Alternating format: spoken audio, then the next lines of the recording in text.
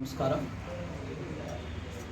ఈ నెల 14వ తారీఖున రాత్రి 11 గంటలకి మన కళ్యాణదుర్గం పట్టణంలో గాంధీ సర్కిల్లో ఒక వృద్ధుల్ని కొంతమంది యువకులు కొట్టి ఆ తర్వాత అతనికి గాయములు కలుగజేసి ఆసుపత్రికి తీసుకుపోయి అడ్మిట్ చేయడం జరిగింది. తర్వాత మనం ఆ వృద్ధుడు ఎవరని చెప్పి అతన్ని ఐడెంటిఫై చేయడం జరిగింది. సీసీ కెమెరాల ఆధారంగా అతన్ని ఎవరు హాస్పిటల్లో చేర్పించినారనేటువంటిది కూడా ఆరా తీసేయడం జరిగింది.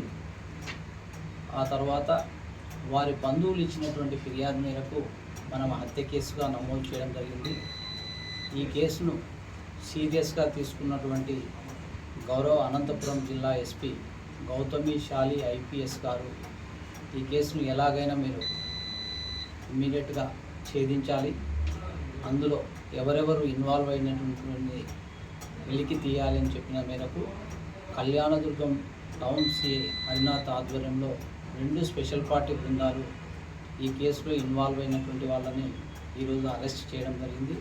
వారిలో ప్రధానంగా దేవరింటి సాయి కుమార్ అని చెప్పేసి అతనితో పాటు అతని సహచరులు 4 కలిసి ఈ యొక్క ముసలాయనను హత్య చేయడం జరిగింది.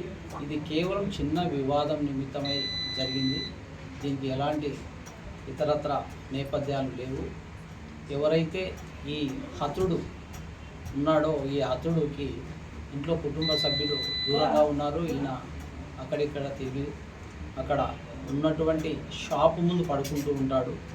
ఆ రోజు రాత్రి వీళ్ళందరూ అటుగా వెళ్తూ చిన్న వివాదం అతనితో ఏర్పడి అక్కడే ఉన్నటువంటి రాళ్ళు తీసుకొని ఆ ముసలాయనని కొట్టి గాయాలు చేయడం జరిగింది. ఆ తర్వాత హాస్పిటల్ తీసుకుపోయినారు. అప్పటికే అతను చనిపోయి ఉన్నాడు. కాబట్టి ఈ కేసులో బాగా పనిచేసి నిజమైనటువంటి నేరస్తులను అరెస్ట్ చేయడంలో కీలక పాత్ర వహించినటువంటి హరినాథ్ సిఐ గారిని, వారి సిబ్బందిని ఎస్పీ గారు అభినందించడం కూడా జరిగింది. థ్యాంక్ యూ అన్నారు.